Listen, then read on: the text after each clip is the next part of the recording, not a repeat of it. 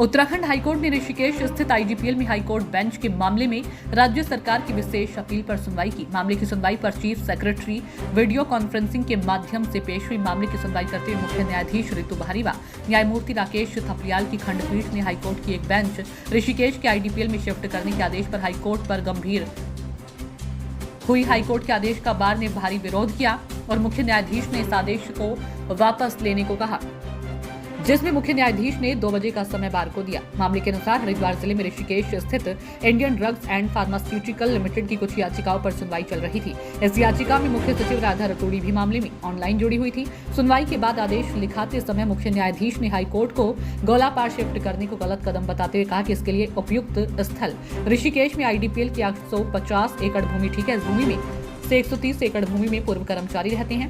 Bar association Dehradun के अध्यक्ष राजीव शर्मा ने कहा कि आईडीपीएल ऋषिकेश में हाईकोर्ट की एक बेंच खुलती है तो यह स्वागत योग्य कदम है। एक तरफ जहां वादकारियों को नैनीताल जाना पड़ता था, ऐसे में अगर ऋषिकेश में यह बेंच खुलती है तो वादकारियों को इससे लाभ होगा, साथ ही साथ उन्हें सस्ता न्याय भी मिलेगा। क्या आपकी आगे की कार्य योजना है और इसका किस तरह से आप इस डिसीजन को देखते हैं? देखिए, हमारी chief justice of Uttarakhand high court Shrimati Ritu Bahari ji ने एक निर्णय कल दिया है, जिसमें कहा है कि आईडीपीएल जो है मेरे ख्याल से अप्रोप्रिएट जगह है हाई कोर्ट बेंच के लिए।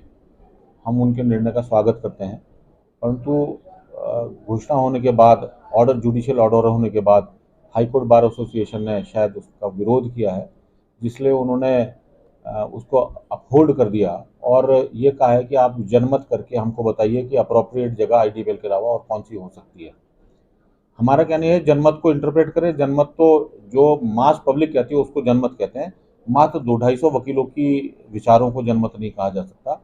हम लोग जनमत तैयार कर रहे हैं यहाँ पर देहरादून से, और हमने कल इस निमित्त समस्त गढ़वाल से जितने भी बार एसोसिएशन हैं उनके प्रेसिडेंट सेक्रेटरीज को यहाँ पर बुलाया है, उनकी मीटिंग कर रहे हैं और 20 में से 13 बार काउंसिल के सदस्य उस बैठक में रहेंगे।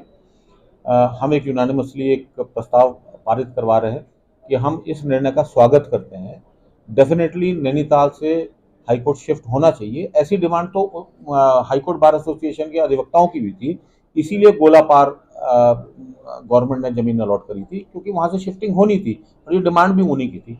परंतु वहाँ पर कुछ एनवायरमेंटल प्रॉब्लम्स आ रही हैं, जंगलात की ज़मीन ज़्यादा है और हमारी माननीय चीफ जस्टिस महोदय ने कहा है अपने ऑर्डर में कि हम लोग वहाँ से पेड़ नहीं काटना चाहते, पेड़ काट करके बिल्डिंग नहीं बनाना चाहते, और ऑल टुगेदर पर्याप्त मात्रा में ज़मीन उपलब्ध है हमारे पास आईडीपीएल में, तो क्यों ना हम आईडीपीएल में उस बेंच को बना लें। ये स्वागत योग्य कदम है। उन्होंने लिटिगेंट्स के बारे में सोचा। मुझे लगता है कि डेफिनेटली नैनीताल से ज़्यादा सस्ता और सुलभ न्याय लोगों को आईडीपीएल में मिलेगा।